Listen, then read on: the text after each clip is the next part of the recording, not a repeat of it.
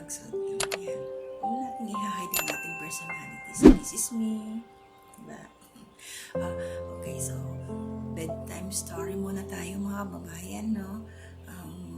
So, as usual, dahil doon sa napanood ko, gusto ko magbigay ng konting reaction, pasasalamat, at saka happy doon sa napanood kong vlog nila ka-Business Official. Kasi subscriber nga nila ako, no?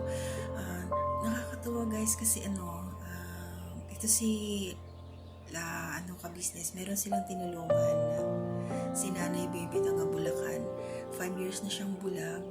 At ngayon, ayun, naoperahan na siya guys, successful doon sa Pampanga kay Dr.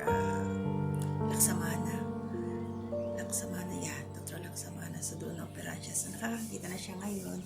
So happy ako sa'yo, Nanay Baby, dahil nakakakita ka na after 5 years. So ito po yung na-scout ni Papa Dance dati, tapos binisita nila nila ka-business, ayan, napacheck up nila, at ayun, tapos nang naoperahan. So nakakakita na ngayon si Nanay. So thank you Lord, thank you kay ka-business.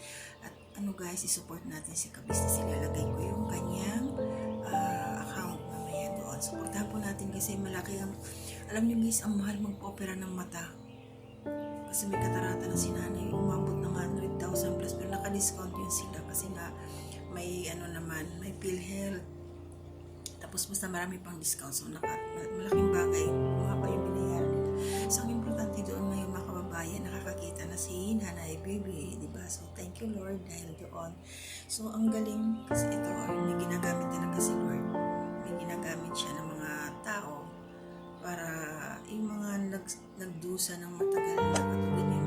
Kasi pag yung mata talaga naging problema, mahirap, diba? Hirap talaga kumilos. Ako okay yung mata ko, pero nahirapan lang ako magbasa. So ayun, so thank you so much. Tulong update lang ako. Hirap kasi matulog nang hindi nakakapagsalita eh.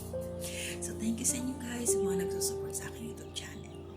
At tsaga-tsaga lang tayo, so ka-business, salamat po, pagpasensyahan mo na nagbigay lang ako ng sarili kong pasasalamat, opinion, mga ganun.